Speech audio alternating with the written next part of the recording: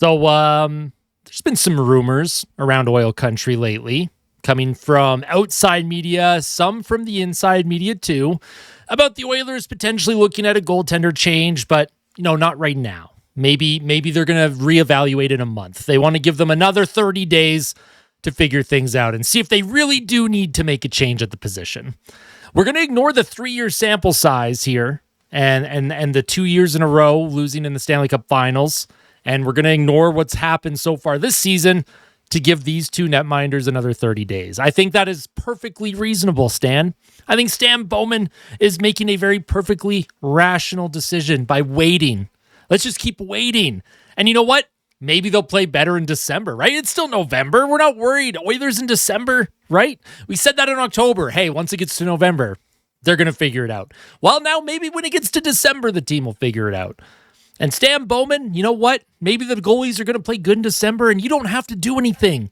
You don't have to get an upgrade by Christmas. You don't have to get an upgrade by the trade deadline. Maybe you reevaluate and you do the upgrade during the summer. And then maybe, you know what? Maybe there's nothing to pick in the summer too, right? Maybe there's no goalies available in the summer. Maybe there's no free agents you want to go after. So you'll just wait till next season. We'll address this next season. And we'll just keep doing that cycle over and over and over and over and over. That's perfectly reasonable, right? Right? Oh boy. I had to take quite a few minutes, quite a bit of time before I hit record tonight. Because I did want to listen. I feel everyone right now. The rage that I am currently holding in, and I know so many of you want me to just explode. I know you want me to. I can't do it tonight. It's Hockey Fights Cancer Night at the Oilers game. The stories that we saw during the intermissions, Jack Michaels doing his thing at the end of the second intermission where he's talking about his wife. It puts into perspective how small this game is in comparison to real life, right? And that's the only reason why I'm not screaming and shouting into the microphone. I am frustrated. I'm upset. This is unacceptable by the Oilers. It's not normal to get blown out 9-1 and 8-3 on home ice in the same season. Unless we're Decade of Darkness Oilers, in which case, you know what? That was pretty normal back in the day. But even still, even sometimes that team was able to beat like juggernauts like Chicago, right? We had the Sam Gagner 8-point night. There were lots of times where the Oilers really did step up against good teams during the Decade of Darkness, but obviously, for the most part, they were awful. Those were awful teams. And this team, I think, is legitimately awful. I think we're at a situation now where we do have to start talking about, okay, what does the organization need the most? Number one, it's a goalie. 2 goalies optimally. Maybe Ingram can be part of the solution moving forward. I would still keep him down in Bakersfield for the time being. He's been through a lot. Just let him build his game up, his confidence. Maybe check in with him at the new year, see where he's at, see if he wants to come up and have a shot here at the NHL level again. But this is unacceptable. We can't keep doing this. We cannot. Absolutely cannot keep doing this. It is not worth it to keep watching at this point for so many of us that have been tuning into this team for years and years and years. And this is a team that is supposed to have Stanley Cup aspirations. This team is, as it stands, not a playoff team. They will not be in a playoff spot by American Thanksgiving, which means the odds of them winning a Stanley Cup, if you believe in the odds, right? I talked about it in the pregame report this morning. Only one team since 1999 that wasn't in a playoff spot by American Thanksgiving went on to win the Stanley Cup. And that was the 2019 St. Louis Blues. And it's funny that we're talking about the Blues because there's been a lot of smoke around Jordan Binnington and the Edmonton Oilers. At this point, I don't care what Stan Bowman does. Stan Bowman has to put his stamp on the team right now. You cannot keep waiting. Because if you keep waiting, then you're just going to keep putting off the inevitable anyways. Oh, we'll do it next week. We'll do it next month. We'll do it at the trade deadline. We'll do it during the summer. We'll do it at the draft. We'll do it before training camp opens. We'll do it when the season starts. No, enough.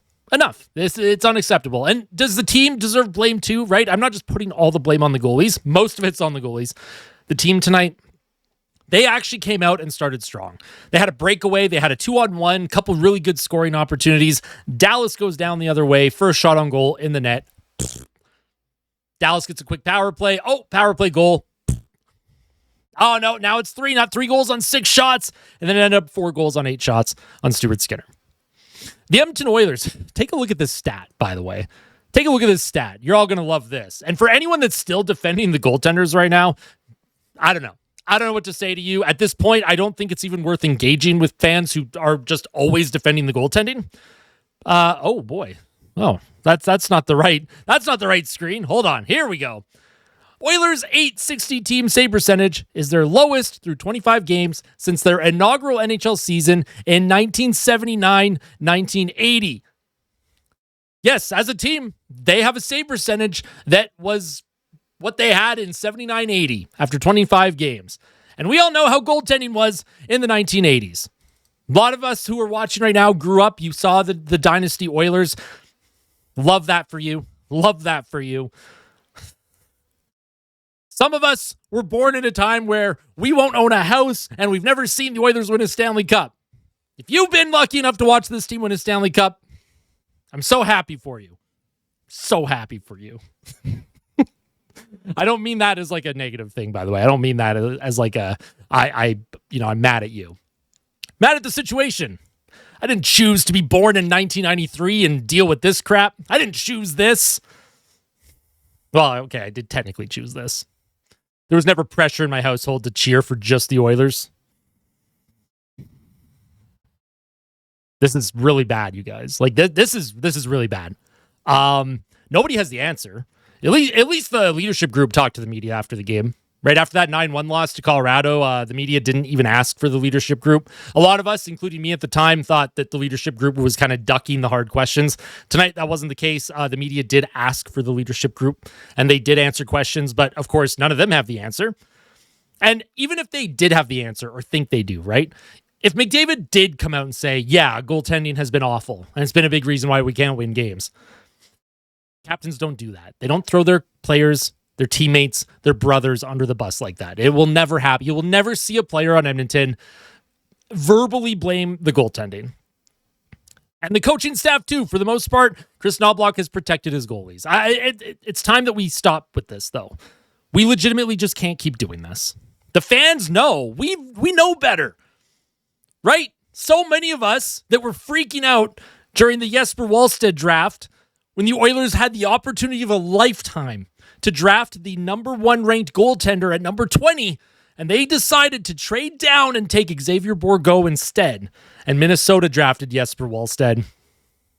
What's Wallstedt up to these days in Minnesota? He's shutouts every second night, .940 save percentage. Boy, oh boy, wouldn't that be nice? Oh, but he wouldn't be able to do that because Edmonton's defense sucks. Yeah, it has been bad. I don't disagree.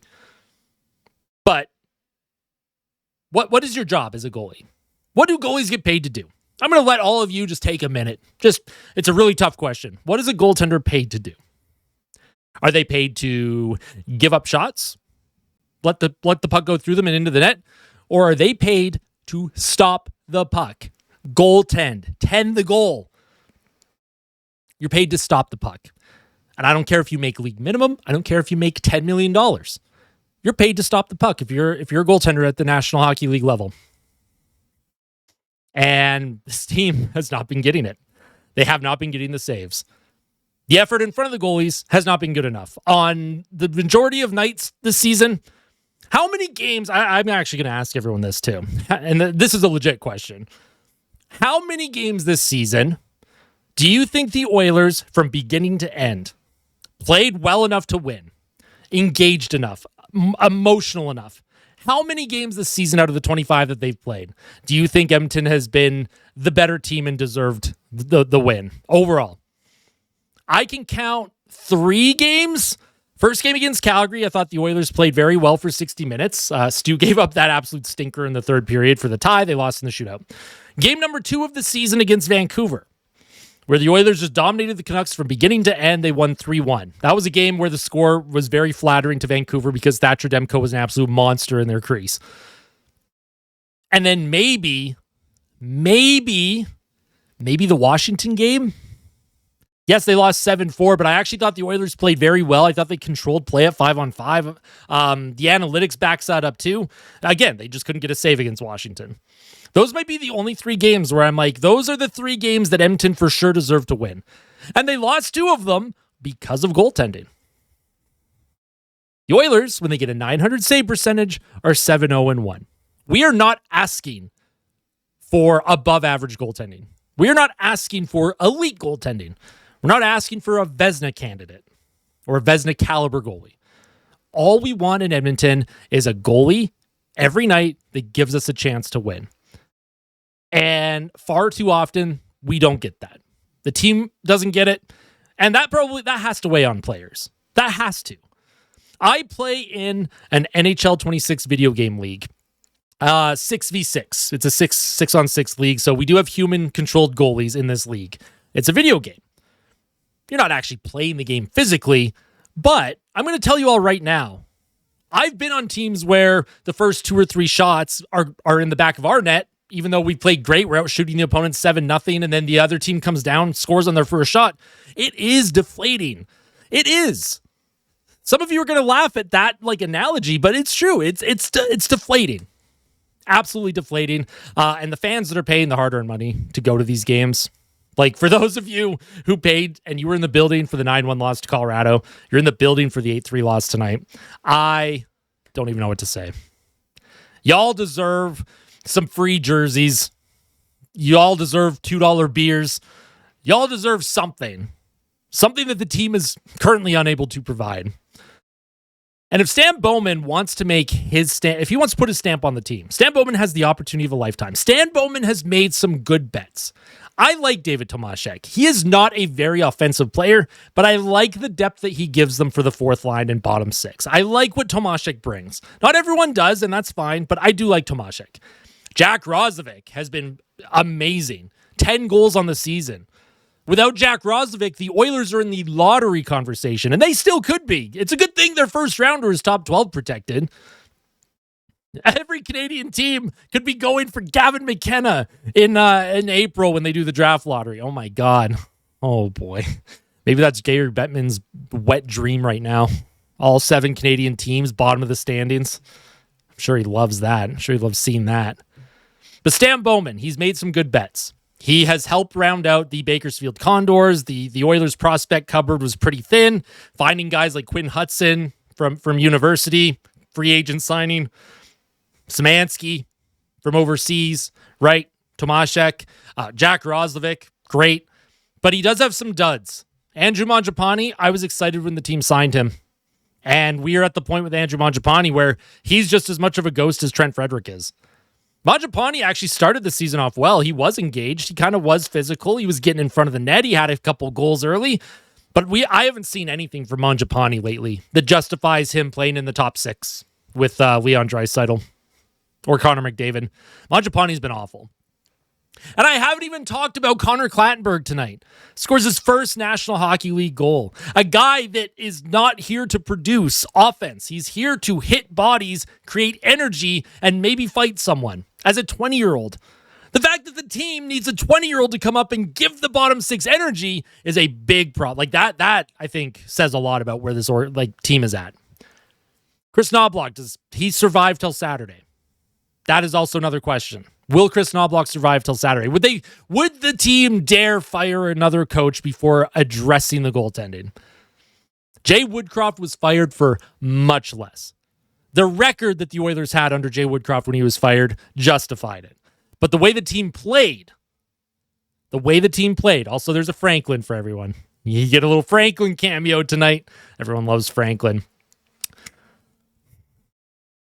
We were way too hard on Mikko Koskinen, hey? Career .906 save percentage. Remember when the media ran Koskinen out of town? And Koskinen played on way worse Oilers teams. This team right now should not be playing like this. They should not be where they are in the standings. Mikko Koskinen deserves an apology from everyone in Edmonton media that helped run him out of town. I'm not going to name names. I could, because I know which media guys did it. And we're part of that. But Stuart Skinner and Calvin Pickard, they're good Canadian kids, right? The good Canadian kids. Stu, hometown, homegrown, Born and raised in Edmonton, grew up an Oilers fan, plays for his favorite team. We can't run him out of town, though. Oh, well, no. He went to the Stanley Cup Final 2 years in a row. Yeah, he lost the starter's job 2 years in a row in the playoffs and had to earn it back. He had to get it back. If Calvin Pickard doesn't get hurt against Vegas in Game 1, Stu is not in the conversation here. Sorry, Game 2. Game 2, Pickard got hurt in. Pickard would have been the starter the entire playoff run. It's like people forget. People's memories are so short with this stuff. Pickard was so unplayable against Vancouver in the 2024 playoffs. Sorry, not Pickard. Stu was so unplayable against Vancouver in the 2024 playoffs that they had to put Pickard in Game 4 to prevent the team from going down 3-1. Tied the game late. Vancouver did. Bouchard with the game winner. About 40 seconds left in the third. And then, Game 5, Pickard and the team lost. 3-2, I think. It was a late game-winning goal. And then they put Stu back in, and credit to Stu. He played good the rest of the way. Fantastic. But, again, Stu was also pulled in 2023 3 times versus Vegas. How much more of a sample size does this team need? How much more? How big of a sample does this stupid team need? And I know there's going to be lots of fans being like, oh, maybe Dustin Schwartz wasn't the problem. Maybe they're all the problem. Maybe everyone's the problem. Maybe Schwartz was, but maybe these goalies are also just so bad that it doesn't matter who the goalie coach is. I don't know. None of us have the answer. Does Chris Knobloch survive to the weekend? Does Stuart Skinner and Calvin Pickard survive till Saturday? Because if this team keeps rolling out this tandem every single night, they're not going to make the playoffs. And fans are going to start to turn very, very quickly, if they haven't already. Connor McDavid signed a 2-year extension. He did not give them a long-term deal. He signed it 2 years, $12.5 million, understanding that the salary cap is about to explode over the next few seasons. The team doesn't have the salary cap to really work like a big name when it comes to upgrade a net this season. I understand that. Salary cap plays a big, big role in this. I don't care what it takes. I don't care who you give up. I don't care how many draft picks the team has to give up. Find a way. Find a way before we all just lose our minds. Your captain, franchise player, one of the greatest players the NHL has ever seen, gave you an opportunity to show him that you're serious about winning. This is your chance, Stan. This is your chance, Stan Bowman. This is it. This is a pivotal moment of the Connor McDavid tenure. November 25th, 2025. This is a potentially big moment for Stan Bowman. A turning point. Does Stan go out and do something about this? Or does he just let this season play out and do nothing and waste another year of Connor McDavid and Leon Draisaitl? Ball's in your court, buddy. Ball's in your court, Stan. Figure it out. We'll have a day after discussion tomorrow where I'll kind of discuss more specific things about this game. Like I said, it's not all in the goalies. There's a lot of players that I do want to talk about. The fact that Connor Clattenburg, a 20-year-old, I wouldn't even call him an enforcer, but a 20-year-old physical forward, bottom six forward grinder, showed the most life on a team that's supposed to have Stanley Cup aspirations. Good for Clattenburg. Hey, I love the kid. Talked about him a lot in preseason. He showed a lot of heart in preseason, and this team needs guys like him. They really do. So for Clattenburg, I know he scored his first goal in a night where the Oilers got absolutely dumpstered, but I hope that he at least enjoyed that moment. He deserves to enjoy that moment. See what they do. We'll see what they do next, folks. We'll see you tomorrow for the day after discussion. Tell someone that you love them. And as always, fight like a kid. Fight like Ben. Let's go Oilers. Actually, no. Not let's go Oilers. Like, yes, we're supporting them. But tonight, it's let's go Stan Bowman. What do you got, Stan?